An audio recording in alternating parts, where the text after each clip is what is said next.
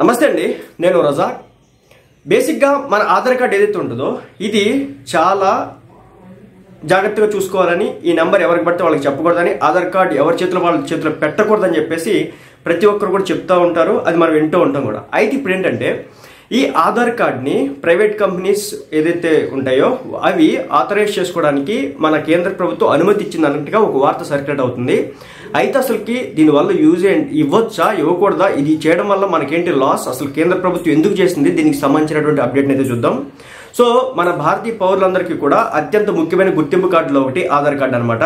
So ఈ Aadhaar card కారణంగా కొన్ని మార్పులు ప్రస్తుతం ఈ ఆధార్ కార్డులో కొన్ని మార్పులు చేస్తుంది.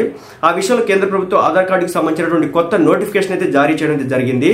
అంటే ప్రైవేట్ కంపెనీలు ఆధార్ కార్డు వివరాలు ఉపయోగించుకోవడానికి మన కేంద్ర ప్రభుత్వం అనుమతి ఇచ్చింది అనమాట. కేంద్ర ప్రభుత్వం చేసినటువంటి ఈ కొత్త ప్రకటన ఏంటంటే భారత విశిష్ట గుర్తింపు పొందినటువంటి ప్రాధికారిక సంస్థ భారతదేశంలోని ప్రతి పౌరుడికి 12 అంకెల ఆధార్ కార్డుని జారీ చేస్తుంది. 12 అంకెల సంఖ్యతో పాటు ఆధార్ కార్డులో పేరు, వయస్సు, చిరునామా, మొబైల్ నెంబర్, వేలిముద్రలతో సహా కొన్ని ముఖ్యమైన వ్యక్తిగత సమాచారం కూడా ఉంటుంది. ఆధార్లో అంత ముఖ్యమైన వివరాలు ఉన్నందున దాన్ని భారత పౌరులకు ముఖ్యమైన గుర్తింపు పత్రంగా పరిగణిస్తారు.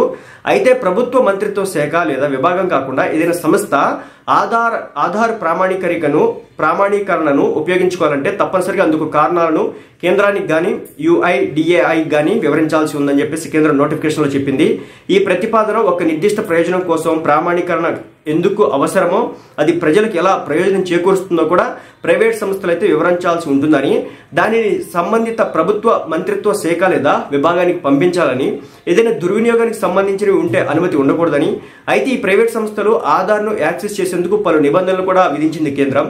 సంస్థలు ఆధార్ యాక్సెస్ చేసేందుకు కారణాలేంటి, ఆధార్ వివరాలు పొందాలంటే అందుగల కారణాలు కేంద్ర ప్రభుత్వానికి కానీ UIDAI కానీ ప్రైవేట్ సంస్థలు వివరించాలి. అలాగే ఈ వివరాలన్నీ కూడా ప్రజలకు సమ్మతమైనవిగా ఉండాలి. కేంద్రం విధించినటువంటి నిబంధనలకు సరిగ్గా ఉండాలి. అందులో ఏ ఒక్కటి కూడా వ్యతిరేకంగా ఉంటే కేంద్రం అనుమతి ఇవ్వదని చెప్పేసి మొత్తానికైతే ప్రైవేట్ కంపెనీస్ ఏవైతే ఉంటాయో వీళ్ళు యాక్సెస్ చేసుకోవడానికి అయితే ఇంకా ఆధార్ కార్డుని ఇచ్చింది.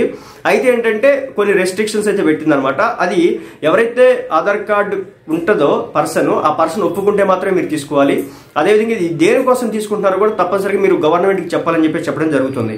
ఆధార్ కార్డుపై వేలిముద్రలు, ఐరిస్ వంటి సమాచారాన్ని ఉపయోగించి మోసాలకి పాల్పడిన సంఘటనలు చాలా జరుగుతున్నాయి. అంతేకాకుండా ప్రజలు వ్యక్తిగత సమాచారాన్ని రక్షించడానికి ప్రస్తుతం కేంద్ర రాష్ట్ర ప్రభుత్వాలు మాత్రమే ఆధార్ వివరాలను యాక్సెస్ చేయడానికి అనుమతించింది. దీనిని కొందరు వ్యతిరేకిస్తున్నారు. కేంద్ర ప్రభుత్వం ప్రైవేట్ కంపెనీలు ఆధార్ వివరాలను ఉపయోగించుకునేందుకు అనుమతించినప్పటికీ సుప్రీంకోర్టు ప్రజల ప్రయోజనాల దృష్ట్యా దాన్ని నిషేధించింది. ఈ పరిస్థితుల్లో కేంద్ర ప్రభుత్వం ప్రైవేట్ కంపెనీలకు అనుమతిస్తూ నిబంధనలు సవరించింది. ప్రైవేట్ కంపెనీలు ఆధార్ డేటాను యాక్సెస్ చేయడానికి అనుమతించే నిర్ణయం ప్రజల వ్యక్తిగత సమాచార రక్షణకు విరుద్ధమని వారు ఖండిస్తున్నారు. సో మొత్తానికైతే ఇక ఇప్పటి నుంచి కొన్ని ప్రైవేట్ కంపెనీలు కూడా మన ఆధార్ని వెరిఫికేషన్ చేయడానికి మరి దానికి దీనికి వాడుకోవడానికి అయితే అవకాశం అయితే ఉంది. బట్ కేంద్ర ప్రభుత్వం అయితే కొన్ని కఠిన నిబంధనలు అయితే పెట్టింది.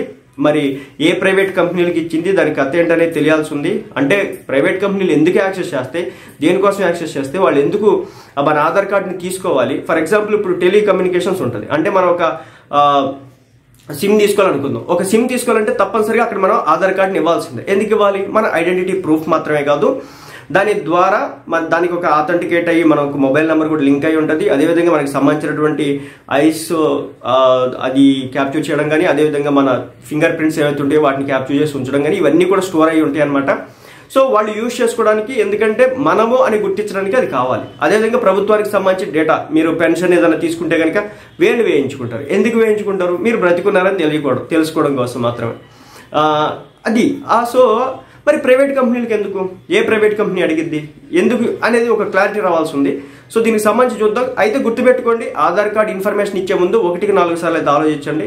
ఎందుకు ఇస్తున్నాము, దేనికి ఇస్తున్నాము, వాళ్ళు ఎందుకు అడుగుతున్నారు, దేనికోసం అడుగుతున్నారు, దీనివల్ల వాళ్ళకి వచ్చేటటువంటి బెనిఫిట్ ఏంటి, మనకు వచ్చే నష్టాలు బెనిఫిట్స్ ఏంటి అనేది తెలుసుకున్న తర్వాత మాత్రం ఇవ్వండి. ఎందుకంటే ఆధార్ కార్డుతో మనీ కూడా ట్రాన్సాక్షన్ చేయొచ్చు. ఎలా అంటే ఆధార్ కార్డు నెంబరు, మీ మొబైల్ నెంబర్ ఉంటే చాలు.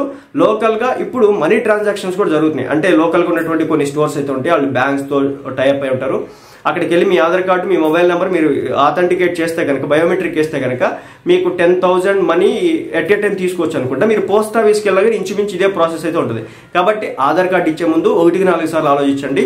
లేదంటే కనుక నష్టపోవడానికి అయితే అవకాశాలు అయితే ఉంటాయి.